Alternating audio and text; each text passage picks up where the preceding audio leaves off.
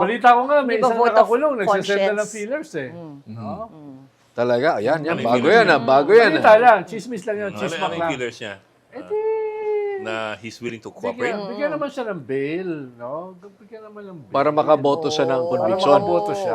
Ng conviction. Eh, isa lang naman yung nakakulong na boboto eh. Ba't ka naman bibigyan ng bail?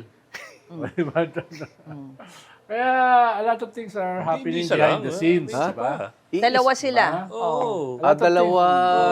Dalawa.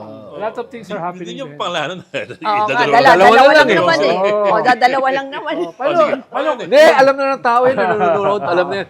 Oo. Pero 16 kasi, isa lang ba yung nagbibigay ng feelers? O baka naman dalawa pareho? hindi yung mga may sakit, baka nagsasend ng feelers yun, no? Sabi nga ni Ping Lacson, may kumausap sa kanya, naawa naman siya, di ba? Tapos yung mga posibleng makasuhan, no? Na sangkatutak na ghost projects at saka reclamation projects, illegal, di ba? Hindi mo tatanggalin yan. Baka matira lang dyan, dalawa. Di ba? Sobra ka namang optimistic sa Oo. Sa dalawa? Hindi, Oo. naman yan eh. namang ano. Ang sabi kasi ng presiding judge, this is yung 2/3. So ang habulin mo, panigurado, 16.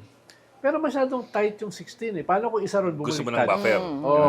So lalagyan mo ng buffer. No? Kasama sa buffer dyan, yung negotiation pa sa iba, or bababaan mo yung 2/3.